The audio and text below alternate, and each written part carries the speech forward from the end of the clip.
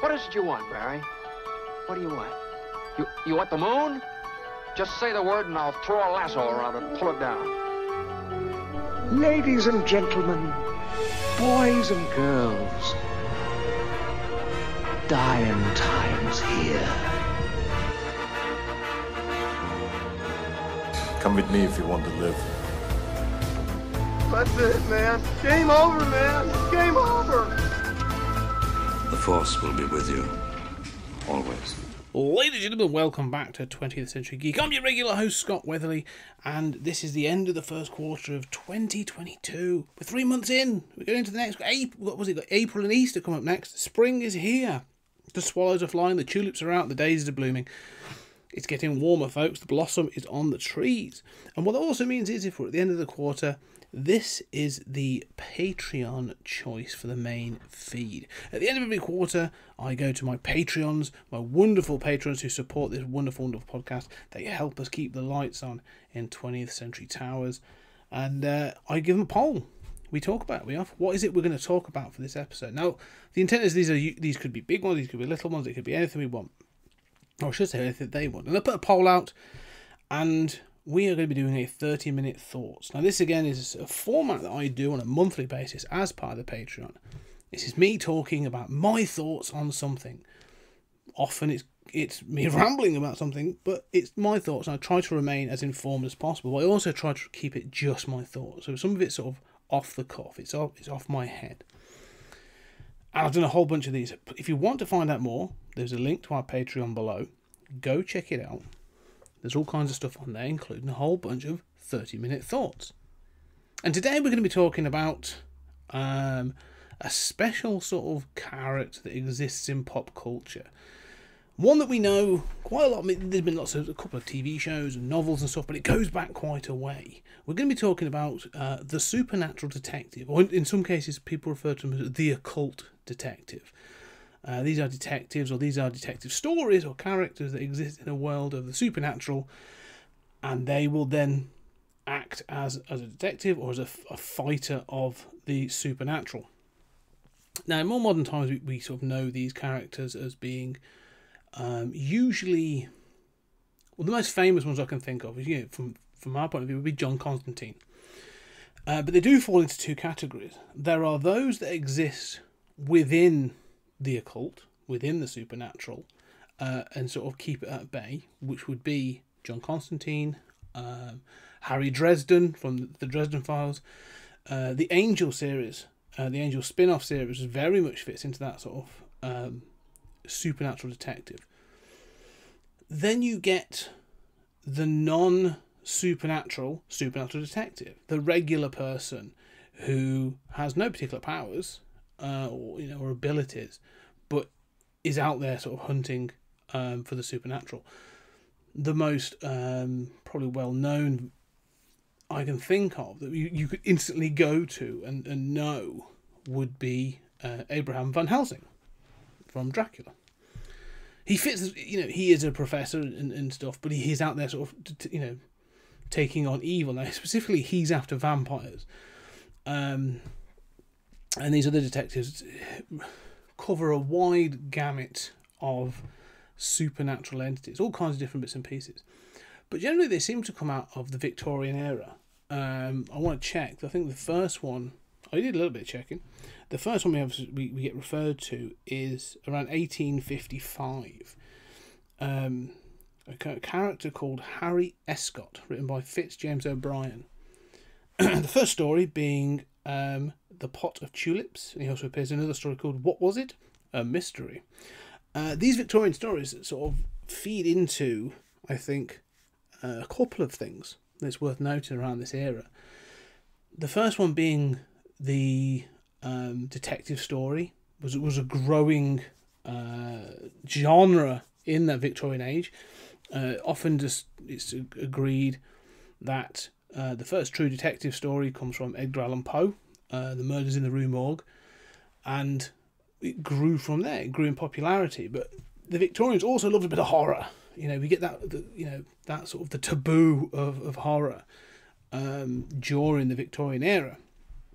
And so you do get sort of horror tales. Obviously, People talk about things like Dracula, which came much later on, but Frankenstein by Mary Shelley is science fiction, but still horror. 1817, I think, 1816. Might be wrong. I have a copy here. I should check.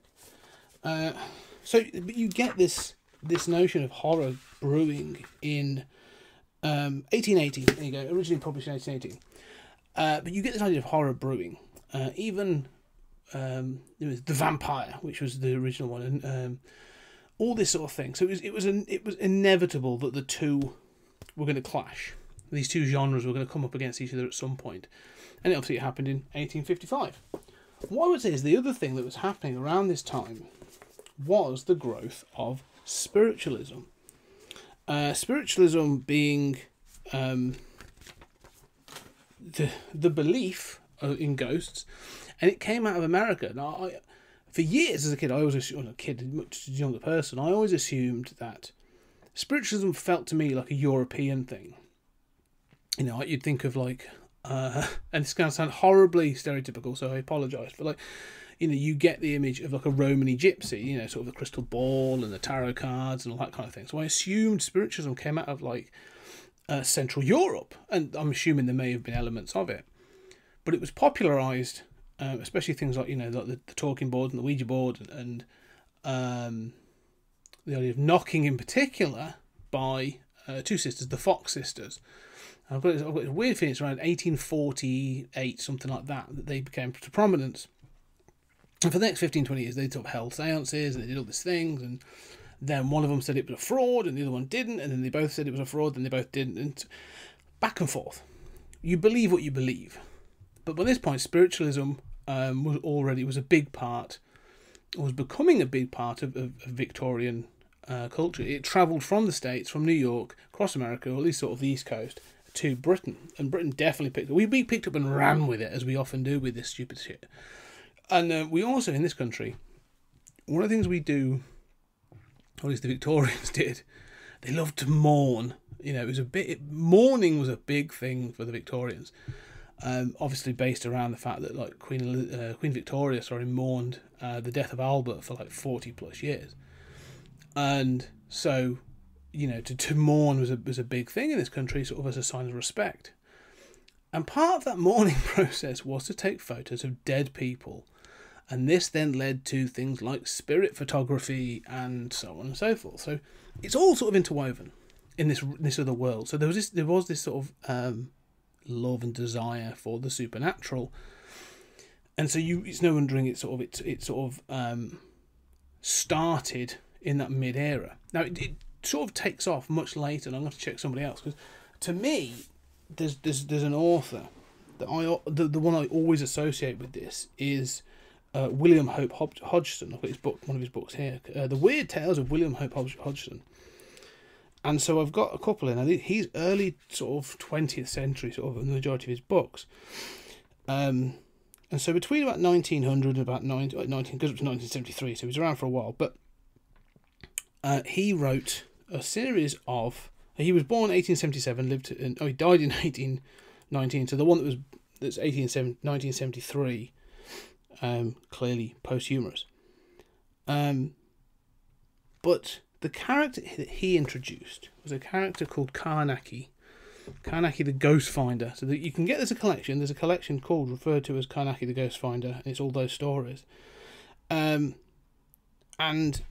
this character is interesting because one of the things I often expect in this era of detective fiction, or even sort of especially from the supernatural, is a flamboyant character. You know, I think we expect them to have eccentricities. The idea of the eccentric detective obviously comes from this era, sort of the early 20th century, because you get Sherlock Holmes and the spin-offs of those, which really comes out the Scarlet Pimpernel again, but that's a different connection.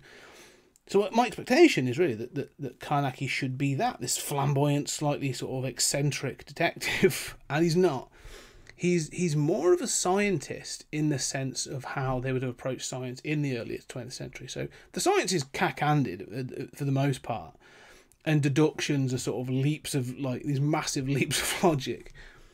But it's more a case of sort of like he's closer to what you would consider to be a parapsychologist today than a supernatural detective. The stories are great and some fantastic ones. And I'm not going to read them, but some of the titles, I think the one I've read several times is The Horse of the Invisible, which is great. It's got some fantastic sort of very well written moments in. But the stories are usually told by him going like, well, I went off and did this, and here's how I'm going to recount it. Or he'd invite a friend along or something like that. You know, it's not like Poirot or, you know, an Agatha Christie story where they stumble across a murder. And in doing so, they are entrenched in the mystery. Like he's invited along to things to do the investigating, but it's not like, when I say investigating, it's investigating a situation. So, oh my God, you know, Giles, we have the apparition of a horse here on a daily basis, or the apparition of a nun, or whatever, or these kinds of things, and then, you know, he'll be invited to investigate. Now, that's not all of them; there are other ones, but he is a really interesting character because he's not this in-your-face detective. He's not like the rogue, you know, even if you take it the other way, the hard-boiled detective. He's not that at all. Similar to, I would say, as I say, a parapsychologist.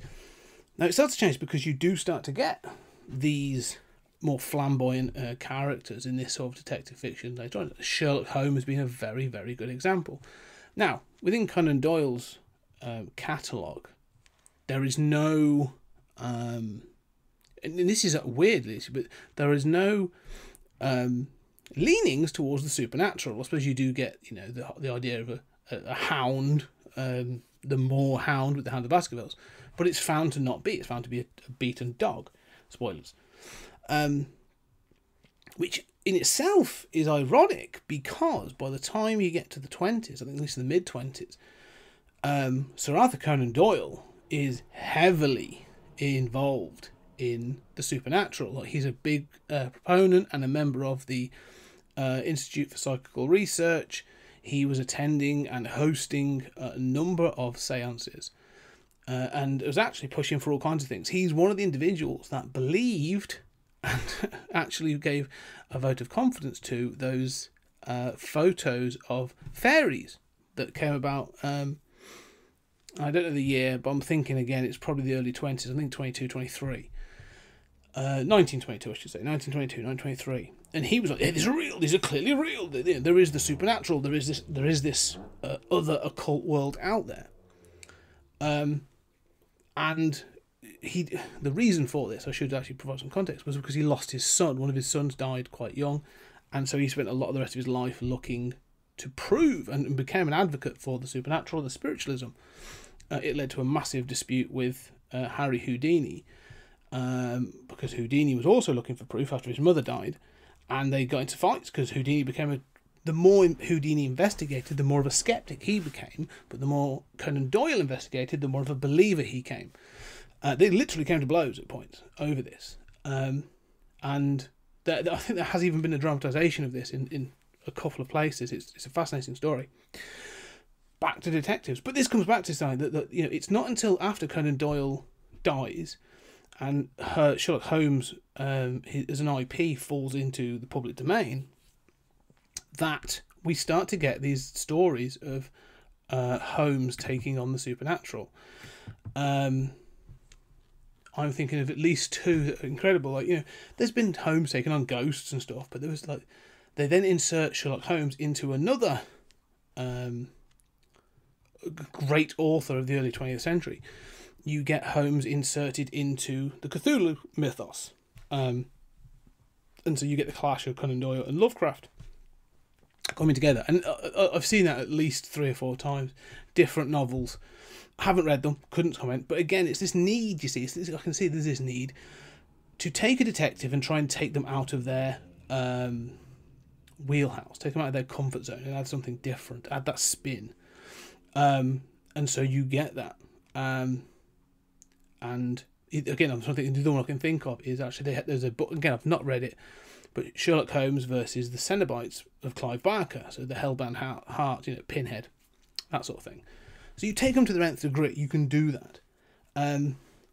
But one of the ironic things is you've already got those detectives. I mean, granted, Sherlock Holmes is probably the most well-known supernatural detective of any kind to have come out of genre fiction, or fiction in general. But you then get these other characters, and you know, there's ones I think of as I forget who writes him now, but there's a character called John Silence, who's a doctor who literally on the side of being a doctor conducts these investigations, and so on and so forth. And so, you know, I'm looking here, I'm not hugely versed in all of these, but you get like authors of weird fiction like Robert W. Chambers, Arthur Machen, William Hope Hodgson, who have said, creating these characters, and they created some. So to do this, as I said, like, you know, I'd mention Carnacki of William Hope Hodgson. I'm just going to quickly look at this. So Arthur Machen, who another one, a favourite of mine, created a character called John Dyson. There you go. Not the John Dyson, not the but like, you know, and Arthur Machen created a lot of weird fiction, and so it's not surprising that he would then lead into this thing. Now, one of the things I should highlight is, again, I'm always curious that like M.R. James never did. He never had like consistently sort of like reoccurring characters or anything, but his was more personal ghost stories. But maybe it's not so surprising then. But these are, when you look at all these characters, when I've done a little bit of research and stuff, because they come out of a certain era, they are a certain type of character. They are a gentleman. You know, they have, you'll notice like Dr. John Silence or even Carnacki and these guys, they are men of means. You know, like it's almost like a side hustle. Oh, I can go off and I can search the supernatural, of course. No one's going to stop me. I have money. So you have these guys going off to do these investigations, which seem implausible and ridiculous and so on and so forth. But they are all gentlemen. Is let's put it that way. You know, within this sort of pre-World War II environment, they would be considered gentlemen. And so you get this thing of like, this is classism. Like it's upper middle class and above, because everybody else is working. Like they have to be practical. And so you do get this notion from looking at some of these that the idea of the supernatural, and especially becoming a supernatural detective, is at times about having the ability to be an impractical person. You know, you could lean into this idea of spiritualism and the realities of the things, especially in post World War I, when spiritualism really took off in this country. You can have these characters, but you couldn't have a working class supernatural detective. It just wouldn't work, because, you know, why would anyone take them seriously? The class structure of this country in particular, why would anyone take them seriously? They wouldn't have the means to support themselves. They'd have to be working. So you sort of have to be sort of self-funding to be able to continue this work, really. You know, it's not seen as a vocation, but so it was interesting that that's the kind of characters that were being drawn upon originally. The other things that's interesting to note about the early 20th century is some of the people that were about that had a reputation, and this idea of magic and the occult and spiritualism being sort of in the zeitgeist, sort of pre-World War I, quite a lot after it, really. Pre-World War II, let's put it that way. Pre-World War II, there is sort of like the supernatural is in the zeitgeist, up and down. But the idea of Rasputin, the Russian monk, the mad monk, it's been depicted a number of times. You know how many different things were done to kill him, and the influence he had over the Tsar. Like there were rumours all over the place, and obviously that led into why Russia left the First World War. So this character of Rasputin was known, again, not by everybody, but honestly, it wasn't like pop culture. There weren't like, you know, clickbait articles about these characters, but they were known. People that, you know, this upper class people, these people in the middle class or above, sort of would have had this knowledge of this sort of rumour mill of these people. And the other one in British culture is Aleister Crowley. And Aleister Crowley sort of joined an order, the Hermetic Order of the Golden Dawn, which again was a known thing within certain circles of the upper class, and actually created his own religion Thelema after allegedly meeting with an Egyptian, I suppose an Egyptian god, or at least a deity, while spending his time in Cairo. And he wrote the Book of the Law. Is it the Book of the Law or Book of Lies? I'll have to check. It's the Book of the Law. And so he was this again. So this idea of magic being real, this idea of people being involved in the occult, this idea of eccentric, rich aristocrats was just a thing. It was, these people existed, adventurers. You could still be an explorer at this point, and do things. And it was a sort of accepted that, Lord Humphrey Wafflebottom is an excellent explorer, has been travelling around sub-Saharan Africa for many years. Fine, those sort of things could happen, and so that's why I think you get this reflection in these characters of like the detectives, the supernatural detectives. It sort of fits into this eccentricity of the upper class and the upper middle class. They can afford to do this stuff.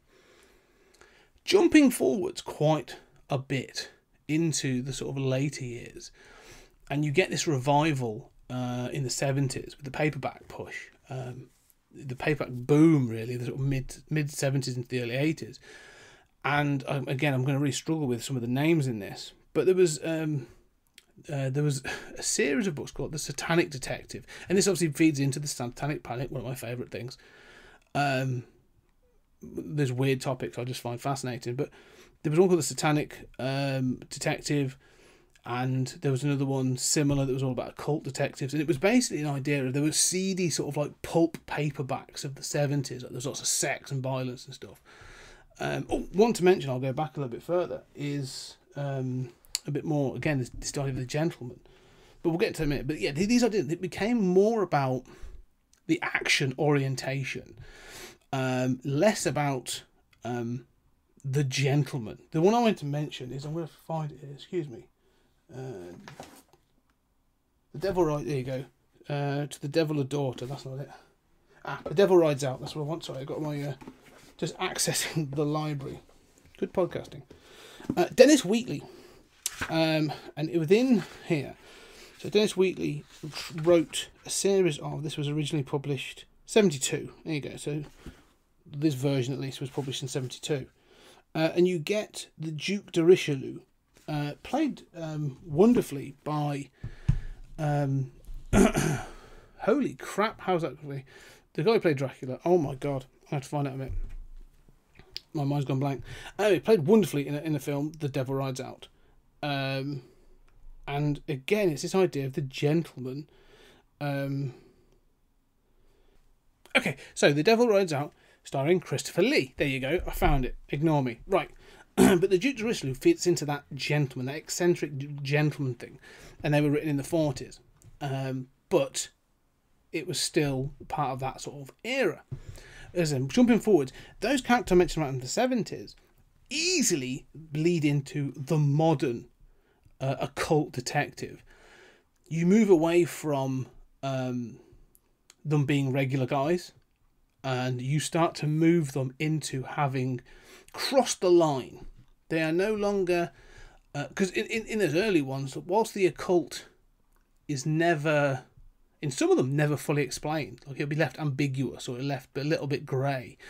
But for the most part, the occult is recognised as being something bad. I'm not going to say it's evil all the time, but bad. It is an enemy to this idea of logic and reason and this other thing. So you'll often get that sort of thing. But what you get later is the detective becoming a part of crossing the line. Sort of like sipping the wine, as it were. And that's when you get these characters. And I think Harry Dresden is a good example of that. The Missing American version. Now, he is, you get this combination now where you're going to get the hard-boiled detective. Harry Dresden, similar to, Sam Slade, that sort of kind of, sort of like the Dashiell Hammett kind of 30s detective.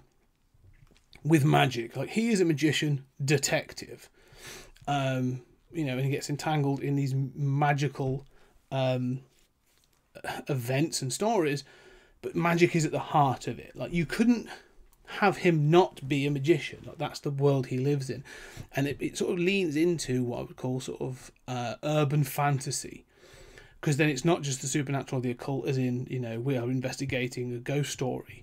We're now investigating a whole population, you know, living just under the regular population of like fairy folk and vampires and werewolves and all this other stuff, and you get that. That obviously then leads into the opposite, the British version, which comes around, I don't know when the first Dresden book was, probably in the 90s, but in the 80s, Alan Moore introduces the Sting-inspired John Constantine. Now, the initial version of Constantine is dapper, you know, he's got his long... He's still a con man, still a sly bastard, but he's a bit more put together than he would eventually become. Jamie Delano, when he takes him over, and then Garth Ennis, even when he takes him over, takes him way back to becoming his old full backstory and everything. He becomes full on working class. Like, he is a working class supernatural detective, and it doesn't pay to be John Constantine. Like, you know, no one wants to be. Well, no. So let's put it this way. No one wants to be the 80s and early 90s John Constantine, because it's not fun. But he's never like, he's not there. He's not Sam Spade. If anything, like, you know, he'll detect things, and especially the one where he ends up chasing an actual serial killer and stuff. Like, you know, the magic is a side part of that, and the detection or the plot becomes way more important and much more key to everything. It's not till later that sort of like he becomes Harry Dresden basically, and becomes the flashy sort of magician that he has become, especially sort of post New 52 in that world. Everything pre that, he was, you know, a real sort of scumbag, and that's sort of the British versions. There's others I can think of. So in Mike Carey, wonderful writer, some great stuff. Basically, sort of wrote some Constantine. Then one of them created his own Constantine. Like, how there's not plagiarism on this, I don't know, but a character called Felix Castor, who wrote 5 books with this character, and he's great. Like, he's really good, but he fits into that John Constantine mold. Like, you know, wherever he goes, there's trouble, and there's always his issues, but it's always like we've moved away from. Think of Hellboy. Hellboy again is another example of, he is, for all intents and purposes, a supernatural detective. Like, he's a character. Like, you know, he works for an organisation. But he's a version of the supernatural detective taken to the nth degree. So no longer is it sort of like the middle class or upper class toff that's got time and the money to explore the supernatural. And, you know, he's going up against ghosts or things that go bump in the night, typical ghost story stuff. He is no longer just a working class magician. They've now taken it to the next level and go, oh no, he is a supernatural entity from birth, and is actually protecting humanity and is acting as a barrier between the humanity and the supernatural. And that's what it's, because, you know, that's like a transition. It's almost like, yeah, because you got Angel as well, like a vampire, and that I saw there was a load of these early 2000s where it was like there was one called like Vampire. I can't remember the fuck it was called. But there was a couple of these where it was like, he's a vampire and a detective. And so you had these TV shows where there would be that scenario, you know, pre-True Blood, before they sort of did all that shit. And it was like sexy vampire but a detective. And so, that idea of them being, they can't be in, you know, it's that thing of taking them to the next level of saying they can't exist in either world. They are the bridge. What's the other one? I'm trying to think of. There's an Italian one which is really cool as well. They did a film with Brandon Routh. Dog. Don't know. But he's a similar thing. Like, you are trapped between the thing. You can't wholly live in the human world, and you are rejected because you are sort of like, you know, not part of the supernatural world. So you exist. Dylan Dog. There you go. Bloody hell. You exist in the middle, and I think that's where we've come from, and we go into. Like, I don't know where this ends. I think there's more of a mix to be had, and I'd be interested to see what people thought about this. Like, who are your favourite supernatural detectives? You know, go back, give me some more. Like this, you know, I'm sure there's urban fantasy stories and lots of sort of like, you know, grizzled detectives with beards, stubbly beards that are gorgeous and sort of rippling with muscles, but never have a job. That all the people swoon over. I'm sure there's lots of these series, but I do find this idea of supernatural detectives fascinating. They're sort of an entity that exists within pop culture, but they're able to sort of access different bits and pieces. Like you can wheel them out in a different version. I often use this analogy of like an editing deck. You can up the humanity or down the humanity, or the hard-boiled detectiveness, the supernaturalness. You can edit them, and then you can insert them into different things. If you want to go full-blown urban fantasy or urban horror, you can. Clive Barker, there you go. Harry D'Amour. Clive Barker's Harry D'Amour. Another great example of the Harry Dresden, John Constantine, the step towards that. So Harry D'Amour is a private eye. He first appears in Lord of Illusions in the Books of Blood, and in that he's just a PI. He's just a private investigator that got sort of sucked into this world of magicians and things like that. But when he is reintroduced later on in The Great and Secret Show, and he appears in a couple of other books. Most recently, he was in the Scarlet Gospels. Don't recommend it. Crap. But when he appears in that, he has an acceptance, the full acceptance of the supernatural, and appears to have not quite magical abilities, but has some sort of abilities that he doesn't have. He's got like an arc, maybe. But yeah, Harry D'Amour is a really good example again of this sort of idea of sort of like the accidental supernatural detective. Like an origin story, if you will, played by Scott Bakula in the film. Great film, I love that film as well. And so yeah, I like this idea. That's what I'm saying. They're fascinating. You can insert them in different ways, but we appear to have gone off them a little bit of late. I don't sort of see them. You see the regulars turn up, and I'm thinking, like I say, Constantine and a few others. But you don't get new ones. One of the things I want to point out, actually, as a final note, we've talked about the fictional versions. There's a film called, bloody hell, don't know. It's got Eric Banner in, anyway. And he appears, and this has just popped into my head. This is why these podcasts are always a little bit all over the place. And I'm going to find it. But he plays a true life detective. And Eric Banner, there you go, plays a true life detective, and he actually has a series of books out. He's a New York detective that retired now, I believe.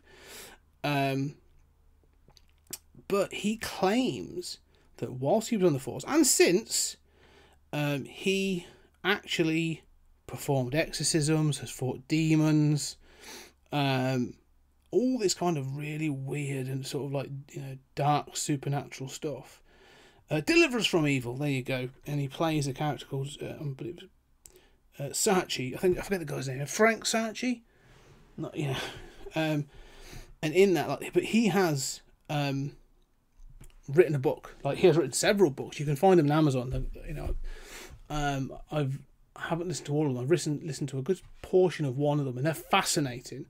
And he makes these claims of being almost like a modern supernatural detective, and that he has like the church is back in, and he takes on demons and ghosts and all this other stuff. And it's this weird sort of, when you read it, it reads really poorly. It's like a pulp book. It's fascinating and fun, but like when you think he's billing this as non-fiction, it's a little troubling. But when you do read it, you realise that like a lot of the tropes and things he talks about, you can track back to some of these other characters. Like I'm pretty sure he's read some of this stuff as a kid, and I find that fascinating because that's where the sort of the pop culture and fiction starts to bleed into reality. Was it like life imitating art kind of thing? And I'm not saying he's not. I'm a skeptic, but I'm not saying he's not saying the truth. I don't believe him, but that's a different matter. And so you get these you get this scenario of a true life supernatural detective worth looking into. So the book, the film is Deliver Us from Evil. His first book is called Deliver Us From Evil. Go check it out on Amazon. I'll find him, actually put a link in the notes below. Anyway, that has been my 30-minute thoughts. That's been me considering supernatural detectives. I wanted to do this with a little bit of research, but mainly sort of just my thoughts, and that's the point. It's all about my thoughts, because let's be honest, I am your 20th century geek, and I like to just sort of test myself and my knowledge. Sometimes it's a little rambling. Hope that's not a problem, but I hope to take you on a little bit of a journey and to make you think, and hopefully you'll investigate and go look for these things yourself.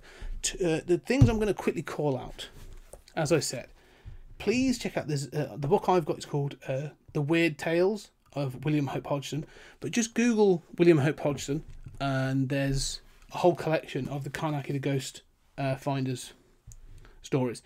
But the other one I've got is Occult Detective Stories, Fighters of Fear, edited by Mike Ashley.